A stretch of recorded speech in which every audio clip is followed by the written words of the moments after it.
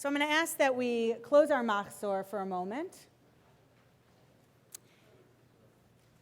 and that we think about who we are and who we aren't. It's a pretty weird phrase, the who we aren't, but the who we are part you should get. But who aren't we? And why is that okay to not be something? I'm not tall. I'm not a guy. I'm not a physician. All of us aren't stuff, right? All of us aren't something. But it's also coming to terms with what we aren't that helps us to come to terms with who we are. Okay, so I want you to look around in this room. Seriously, look around. Everybody in here is different. We have Jews and non-Jews. We have people who are American, people who are not American. Tall, short, everything, Hispanic. That's awesome. There's a lot of flavor in this room. We're all a little bit different, and yet we all, I think, have much more in common than we do separate us. But we're all here for different reasons. We're all here, though, together. So how are we going to create a community? One group, never again to be repeated. We're a holy community in this room right now, and we need to recognize the holy in one another before we can move on in the service. So I'm going to take my talit off. Don't get excited. We just finished the month of Elul. Elul is the month of preparation before the high holidays. And many of you know that Elul is actually an acronym. Elul stands for Ani Ledodi Vedodi Li. Thinking, I am my beloved and my beloved is mine. Who are we thinking about? Who are you thinking about? Some people are thinking about God and the people Israel. I don't know how many of us in this room were considering that. Some people are thinking about the individual versus the community, the love that we have for one another as both as an individual and as a larger community.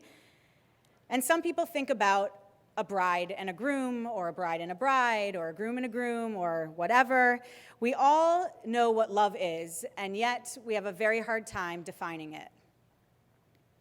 So where there is love, we hope there's also acceptance.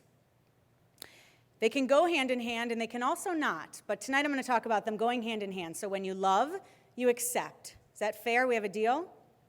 Love, accept. This past month, in Elul, we're asked to think about all the people we need to ask for forgiveness for. How many people, just raise your hand, even thought, you didn't have to do it, just even thought to ask anybody for forgiveness? It's a pretty big crowd. How many people actually did it? Just keep it in your head. I'm not even looking. Just keep it in your head. But the fact is, on Yom Kippur, on the high holidays, Rosh Hashanah, the whole group, we're supposed to ask others for forgiveness. And then the holiday itself, we're asking God for forgiveness, right? But we're missing someone in this whole equation. Who are we missing? Completely, ourselves. So what I want to offer, what I want to suggest is that the person we owe the biggest apology to is ourselves. And that's also the person we need to forgive the most. Just think about that for a second. You need to forgive yourself the most out of every single person in this world. Who are you going to forgive tonight? I hope. Let's see what happens. I think the idea that we judge ourselves so harshly is a really tough one to face every morning. Who wakes up and says, ugh, I don't want to get up. I wake up all the time. Ugh, I don't want to get up. I don't want to do anything. I don't want to go to my job. No one thinks I do a good job. No. I'm sure that I'm speaking on behalf of many of us who do a very good job, but don't tell themselves they do. And we have things that we can't control, and we judge ourselves for those things. Ugh, I wish that I was skinny. I wish that, what else? You tell me. What do you wish? What? Nice to have more money. That is so true. What else? What do you wish? Huh? You texted it? All right. We're working on it. What else? Okay, what? Yeah. When it comes up, it's going to be like, that was mine. No. Exactly. So obviously, we judge ourselves for harsh things all the time. For silly things too, but I'm talking about the harsh ones. We judge ourselves for not being good daughters and sons, for not being good spouses or partners. We judge ourselves for not being a good student, for cheating, however you define cheating, on a relationship or an exam. We judge ourselves for not believing in each other, in ourselves, in God. So many different things. We are our biggest critics. So what I want to suggest is that God shows us God's true love when we're authentic with ourselves, when we're honest, exactly what I said before about who we are and who we aren't. A person has to be exactly who they are, who we are meant to be in every aspect of our life, and the key to this is not to be apologetic. How many times in your day do you say to yourself or out loud, I'm hot, not in the heat way? Like, I'm hot, own it, right? Just own it. I'll say it, you don't have to say it. I'm hot. I got my hair done for tonight. I'm hot. Okay? How many times do we really say that? I don't know how many times I say it. Probably none in about a month. Just kind of own that, like, I'm awesome, right? Just say it to yourselves right now out loud. I'm awesome. Okay, now say it like you believe it. I'm awesome. I'm awesome, right? I heard someone do it exactly in my inflection with my Michigan accent. What I think is truly important to God, and especially on Rosh Hashanah, and all the days of the years, is that we're authentic, that we do speak to ourselves in this way that is true and legit, and that we own what is us and who is us. The idea of B'Tselem Elohim, a Hebrew phrase that means created in God's image, makes me think that if God created us how we are, there can't be anything wrong with how we are. There can't be anything wrong with how we are. Think about that. A tough one to swallow. How many times a day, seriously, I need therapy right now, but how many times a day do we say, God, there's nothing's going right. Nothing's right with me. This sucks. This is horrible. Da-da-da-da. This situation can't be good. How many times do we turn inside and say, you know what, I can affect that change. It's the filter I'm listening through. It's the what I'm doing. It's the reaction I'm giving that actually makes the problem, not what's happening. So I want us to remember the idea of B'Tselem Elohim. There's nothing wrong with us. So we have another costume change. Hold on. Are you done, Rachel? Okay. How many of you guys live on South Beach or Mid Beach? Yeah, where's the shout out? Let's hear it. Big ups. I can't even get my shirt on. I'm so excited.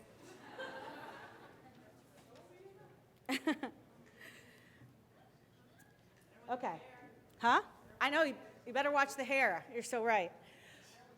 This week, thank you guys. Thank you. The hair looks good. This week, okay, back to this.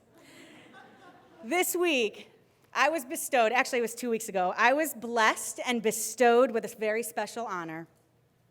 The owners, the management, and the employers of Roasters and Toasters Miami Beach, once known as Arnie and Richie's, and before I was born, something else, presented me with this shirt, which I don't know that you can read it back there, but it is a shirt that says Roasters and Toasters, Rabbi Mo, which is what they call me, and I became, with the beautiful title, the Restaurant Rabbi.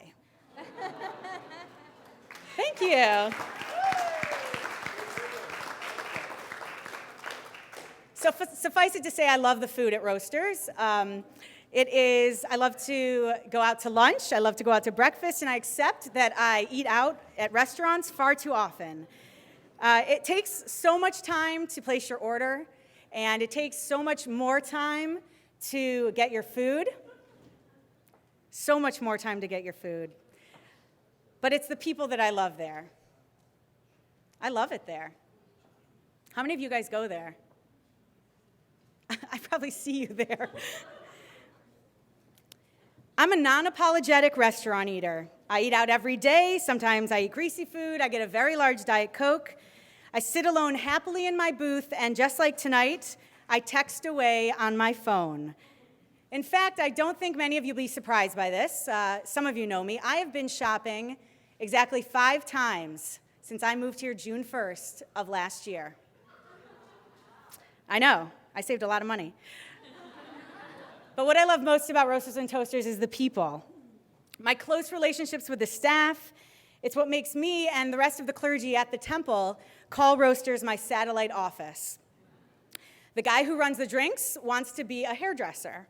And the lady who cuts the tomatoes has 8 kids and 17 grandchildren. The butcher once was a poet. The chef in the back who works in the mornings, he's a retired school teacher. There's a war veteran. The lead waitress is a Thai woman who was brought up in Jerusalem. And if you're there, you should speak Hebrew to her. Her name's Lynn, and so on and so on. The booth there at Roasters becomes my bima. When a cashier was fired for a drug problem a few weeks ago, the staff came to my booth, and we discussed how we could help this guy out. When a waitress was being abused by her husband and her kids were being hit, we raised money to move her out immediately and found her a safe place to stay. And when the assistant manager lost his wife to a car accident, the staff organized a shiva, a time where the family could come together and mourn. All of these things because, for matter of fact, I ordered my cinnamon raisin bagel and a Diet Coke. Now, these people are amazing. There's so many people there that work there, but it's also the people that I encounter there each day in the booths. Mrs. Friedman has an aide, and his name is Bob. He's a really tall guy. And when I go into Roasters, I am happily greeted with half-sour pickles, new dills, the ones that look like cucumbers. Most people hate them. I love them. And one day Bob said, Amy, how do you always get pickles? You walk in, and they just give you a bowl of pickles. What's that even about? And I said, Bob, just hold on. So I went over to my friend, the butcher, and I said, that's Bob. He's Mrs. Friedman's age. She has Alzheimer's. He's so nice. He always reminds her of everything. No. Bob gets pickles. Every time when Bob comes in the door, he likes the old dills, though, the sours. But he gave me a smile that day, and every day since. Just, he knew. Any of us could do that, right? Any of us can speak up for somebody else. There's these breakfast men. They are like 4 times our age, and they love to question me on everything. Their favorite is Israeli politics and gun control.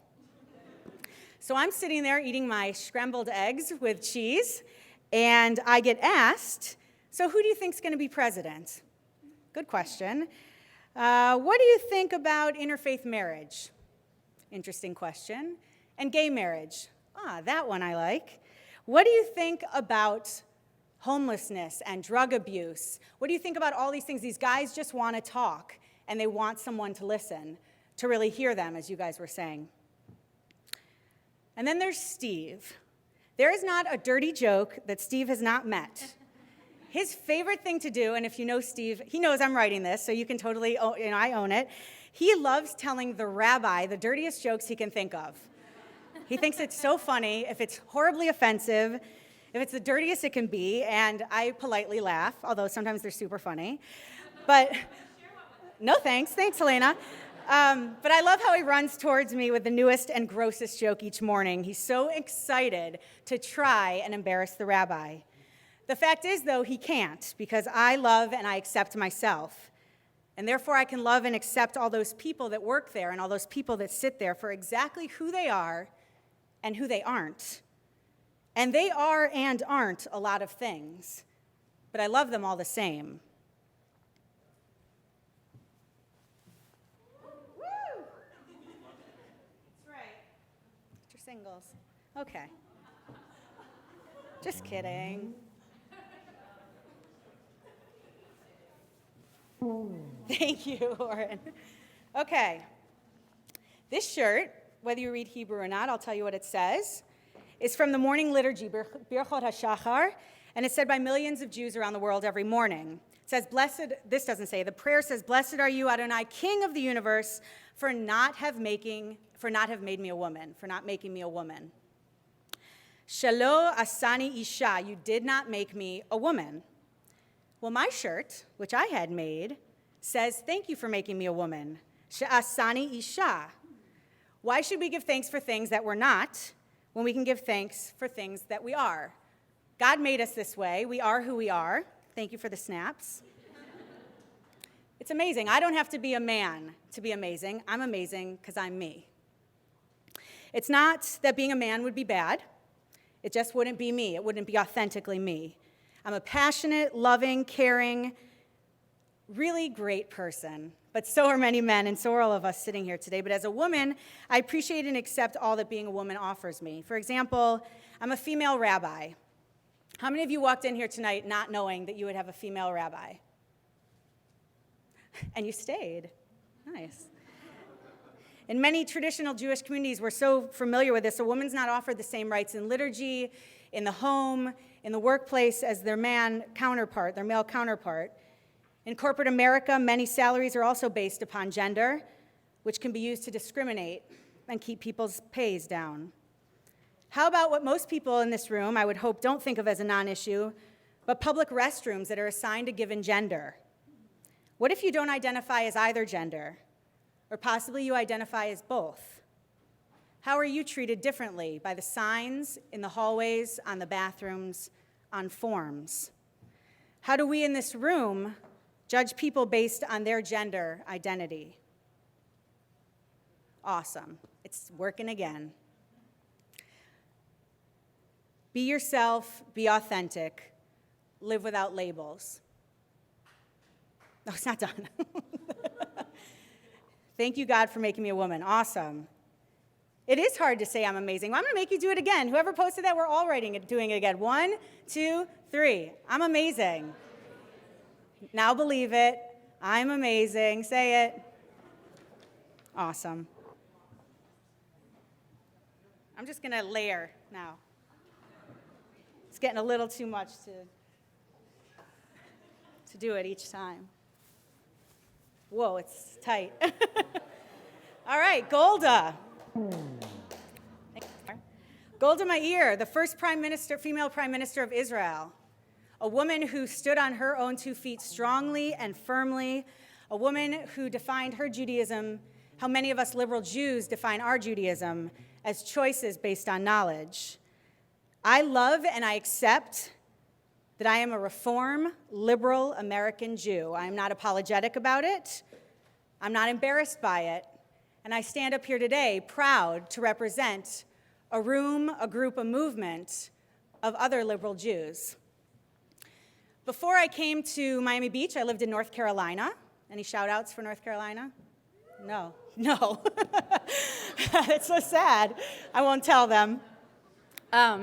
I was a rabbi at a boarding school. I had 20 14-year-olds for 3 years, and they lived there. They were from 14 countries and 40 states, and I was one of 4 rabbis. I would have thought that would have been amazing, and most of it was amazing until I met the other rabbis. Let me explain. Yes. It's very hard in this ADD world to not see what's going on right here and keep going. The 4 rabbis were a Chabad rabbi, a modern Orthodox rabbi, a conservative rabbi, and myself.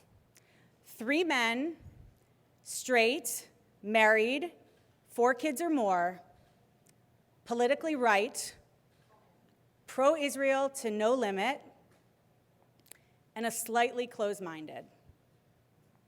I had a hard time being the rabbi at a school like this. Not because of the kids. The kids seem to love the challenge of someone standing in front of them saying, why do you think that? Who wrote the Torah? What's it even mean? How is it relevant to you? What does this prayer have anything to do with you 5,000 years later? But my word, my Torah, my interpretation, my tefillah were all noted as less authentic because of who I represented to the other Jews. For many of the others there, no matter how deeply Jewish I felt, it wasn't authentic as them because I was a Reform female rabbi. I don't need to be Orthodox to be an authentic Jew. I'm an authentic Jew because I believe in one God and the equality of all people. I'm a Jew because I strive to be the change I want to see in the world. The idea of tikkun olam, of repairing the world, something that Reformed Jews, that liberal Jews care so deeply about, using our hands and getting dirty to really fix what's wrong in this world. We choose to use our heads and our hearts, and we change this world, and we make real change happen. I acknowledge the homeless and the wealthy alike, because we're all human. As we just talked about, something that Golda talked about, but Selim Elohim, if you look into the eyes, I won't make you do this one, of the person next to you, you see a window to their soul. We've all heard that phrase, right? I want you to really try it with someone you love. And I want you to see that little bit of God or something bigger than we are inside of them. I want you to stare into somebody's eyes. It's super creepy and great at the same time. I want you and I want them to own that you're connected with another human being at that point. That's sad. But we're all human, as is that. And God wants us to see himself. It's okay, I'm not embarrassed by it. You guys don't have to be. God wants us to see himself, God's self, in every person that we see. For the last minute, or for just a minute, I want you to begin to really listen to what you're saying on the inside. I want you to disconnect from what chatter is going on, and I want you to really engage. I love and accept myself, therefore I can love and accept all people for exactly who they are and who they aren't. One more. It's cold. This is a good one.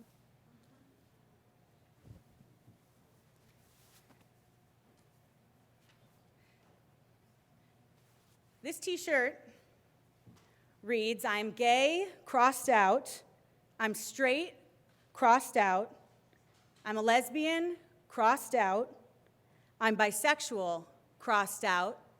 I'm transgendered, crossed out. And simply ends with the last line, I'm human. I stand up here today as a non-apologetic lesbian. I never as a child, who to fall in love with. I learned that we could fall in love with whomever we do. It was never a man or a woman, just a soul dwelling in a body. I thank my family for loving themselves enough to teach me how I could love others openly and honestly and with a full, wonderful heart. When I love wholly. I love entirely. I love colorblind and genderblind. I love and I can love because as all of us here tonight, I hope we're loved.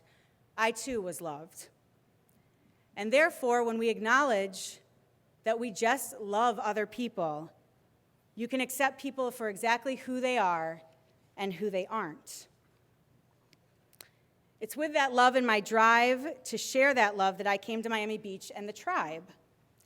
The Tribe was created by people just like us. People who said, we want an organization that represents young Jewish professionals living in South Florida. So for 7 years, the Tribe's volunteer leadership has produced events and programs and worked to build a community that truly represents who we each are as individuals, different from one another, but again, together to share in a similar vision. The Tribe recognizes and acknowledges, and I would say celebrates, that many of us are from other cities, other countries, other backgrounds, other faiths, but we're here to experience our ideas about what it means to be together in the most diverse community in the South. For that reason, they've created an organization that allows us, each one of us here tonight, to have a voice, to explore our Judaism, our religion, our faith, and to continue finding meaningful experiences. So much of my love and acceptance comes from people right here in this room. You have opened up to me tonight, and you will continue to through our texts, as a woman, a liberal Jew, and a human. And I appreciate and honor you for your openness and willingness to share with me and with each of us this evening. Tonight, I literally layered after layer after layer what makes me me. And they are exactly what I am. I am exactly who I am. I love and accept myself, and therefore I can love and accept all people for exactly who they are and who they aren't. My hope for you this Rosh Hashanah, this new year, is to take your time to look at what uniquely makes you you and celebrate it. Don't judge yourself. It's true. That's so true. Don't judge yourself. In order, and I ask you to listen, in order to really show your respect and to really show your connection and your ability to connect with faith and with something bigger than you, you must be honest about who you are and who you aren't. Be exactly who you are because that's who you're meant to be. Be authentic in every aspect of your life and don't be apologetic. Because in this next year, it's okay, guys, this is part of the service. You can laugh. It's okay. In this next year, though, I hope that when you think back you realize that these people and this person and you guys are being exactly who you were meant to be, and you don't apologize for it. Happy New Year.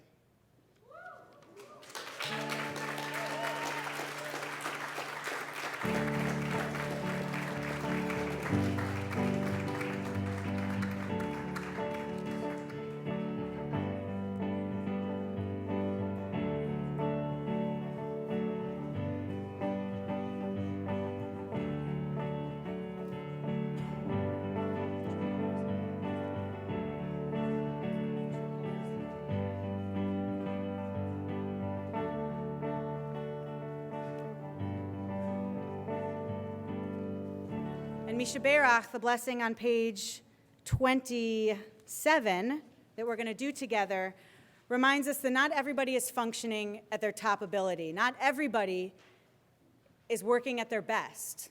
Not because they don't want to, but because they can't. Shebeirach can be said for Jews or non-Jews.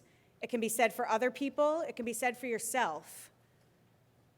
I'm going to put the text screen back up, and I ask that respectfully, if you're thinking of somebody, that you just write their name up there so we can add them to our prayers of healing, of mind, body, and spirit.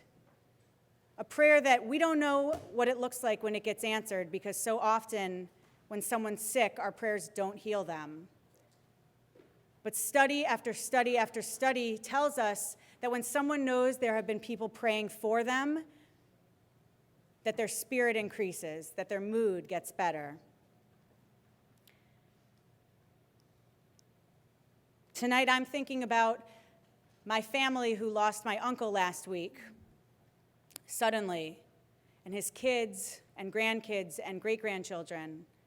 So I'd like to add his family, the Glass Canet family, to the list of Shebeirach. The words, "May the source of strength, who bless the ones before us, bless and heal those people who we so wish would just get better." Those people in our lives that a year from now, that a year before now, we also added to this list. We hope and we pray that they find some comfort, even if it's not in the form of physical healing, so that our words of this blessing, of this prayer of Shebeirach can be felt.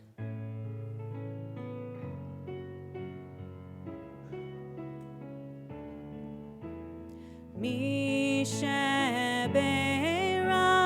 Avoteinu Mekor HaBracha Leimotenu.